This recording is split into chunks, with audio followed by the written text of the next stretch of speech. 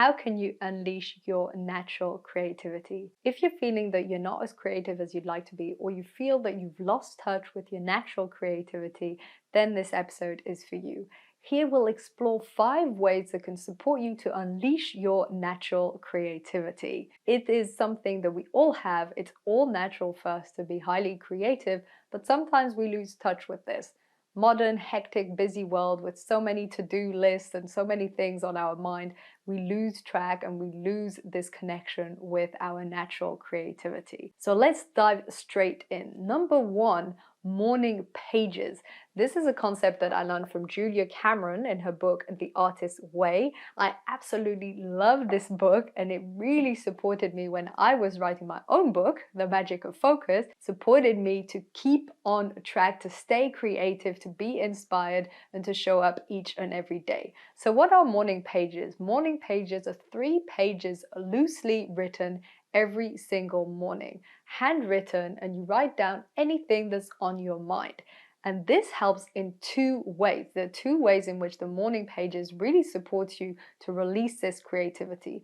The first thing is that it helps you to be less judgmental, because as you practice writing every single day, you'll notice that instead of being so judgmental around everything that you write, instead of constantly criticizing it, you'll just learn to write whatever comes up, let go, and move on to the next. So you become less judgmental, which is a really important part of being more creative and in touch with your own creativity. The second aspect is that as you write, you will naturally have more ideas, you'll brainstorm, you might feel inspired to take on something. You can even use a prompt such as, what are some creative activities I would like to be doing more of? What is getting in the way? How can I find more time for them? And so you can use your morning pages as a way to explore the different activities you would like to do. The third aspect of morning pages is that if the creative field that you want to explore is writing, then of course it will also help you with that writing and with overcoming writer's block. So that's an extra bonus if one of the creative fields that you want to explore is linked to writing. Second element is very activities. When you are exploring your own creativity, it's very easy to get stuck down one alley. Maybe you want to just paint or be a great chef or be a fantastic writer. And with this narrowing down comes also high expectations. We tend to choose a creative field where we want to be good at, we want to excel at it, we have these high expectations. Probably there are people in that space you highly admire. Maybe if you're a musician, you look up to certain great musicians. If you're an author, maybe you're thinking about Tolstoy or Shakespeare or Dickens. If you're a great chef, maybe you're inspired by all these wonderful chefs.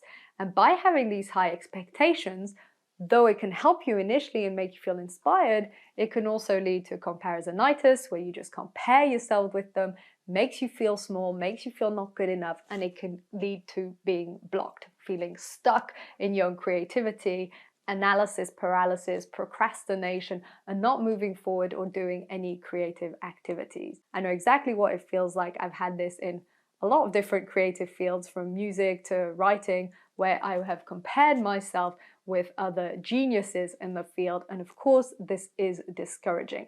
So instead we want to vary the activities and do something where you have no expectations. Maybe try a new pottery class, or do some watercolors, or do something fun, but where you don't feel this pressure on yourself to constantly excel. What this will do is it will lower this threshold of pressure and allow you to express yourself creatively in another field, just for fun, for enjoyment, for the joy of creating. This is something that Elizabeth Gilbert talks about in Big Magic, another book that I highly recommend.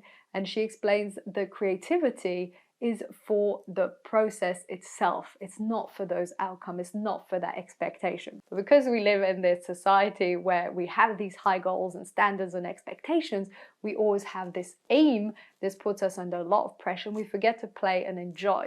By varying the different activities that you are creative in, by trying something new and just exploring for the fun, you are releasing that pressure and you're helping yourself to be more creative, so that then when you come back to your field of choice, which you probably do have, then you are more able to relax into it. If you don't have a given field that you want to be particularly creative in, but it's an overall feeling, then that's the same principle. By varying all the different activities that you are being creative in, this can help you to find one or two that you enjoy most, or just to have fun and explore and play.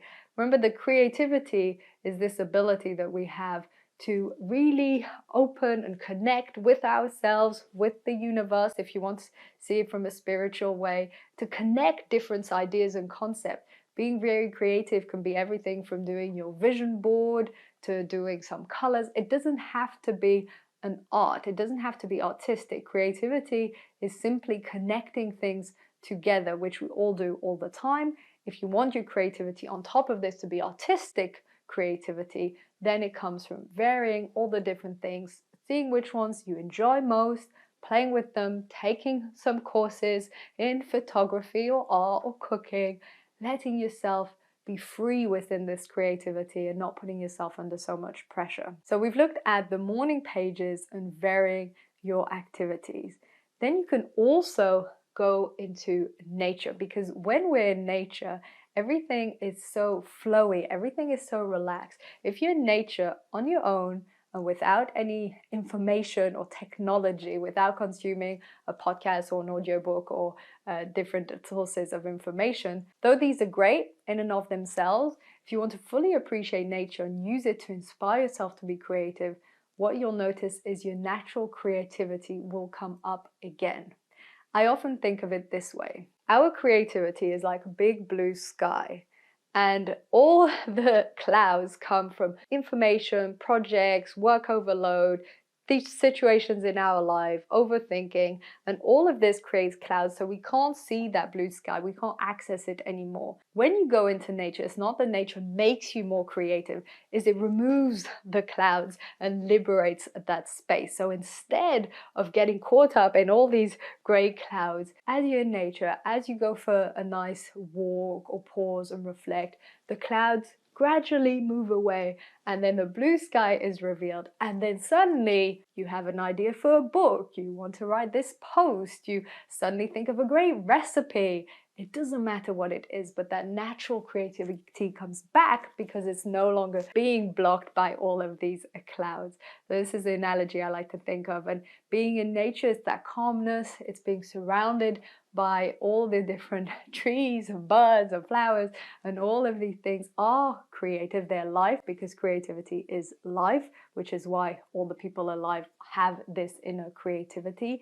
It's this ability to create, which is where creativity comes from, and we can all create, and we all do every single day in different ways, but we can do it more, and we can do it with more fun and more ease. Then we can think of our environment, and by environment I'm not just talking about nature, I'm also thinking about the people you surround yourself with. If you're surrounded by people who are highly artistic and creative, this will likely inspire you to also start a new creative hobby or to try something out of your comfort zone. A note of caution here is that if some of your peers are highly creative and very good at it, don't let yourself be discouraged by comparing with them. Again, this is so tempting to compare ourselves and to feel inferior, when really we can just use it as a source of information. I have a friend, for instance, who's a wonderful chef, and I've been wanting to learn how to improve my cooking for a while now.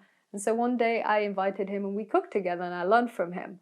But if I'd spent the whole evening feeling bad I wasn't as good a chef as he is, that would be losing the point. This is not useful. Instead, I was thinking how grateful I was that he could support me and teach me how to cook, and we had a wonderful evening. So this is one thing that you can really think about, which are people in your life that are creative and maybe in certain fields where you want to explore your creativity and learn, and use this as an opportunity to feel inspired, not to feel inferior. We want to use it as inspiration and learn from them. And we can also use our environment as podcasts that you're listening to, books that you're reading, museums you go to. I know that every single time I go to a museum and watch all the beautiful art and painting, I come back fueled with the concept that I'm going to paint a lot more. All of these things impact our psyche and our way of thinking and inspire us to be more creative.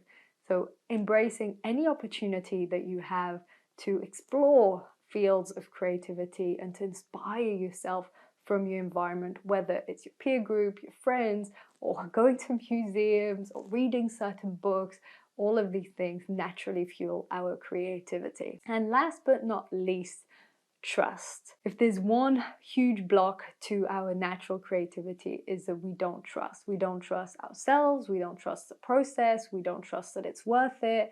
And because in our society we value so highly results, we wonder what's even the point? If I start painting or drawing and I'm not good at it, why even do it?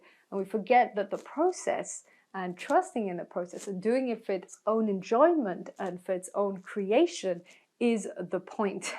Creativity doesn't have to be about publishing a novel every 6 months or about producing the best meal in the world, but it's about enjoying and reconnecting with ourselves, with our natural ability to create, trusting in ourselves and building a bit that self-belief. There's no such thing as this labeling of overly creative, not at all creative, and maybe feeling stuck in your creativity. It's there all the time. It expresses itself in different ways in different people. And yes, some people have more artistic talent perhaps, but if you're just looking to be in touch with your own natural creativity, the outcome isn't what matters, but trusting that you can do something, trusting and enjoying the process of it is really what makes the biggest difference in the world.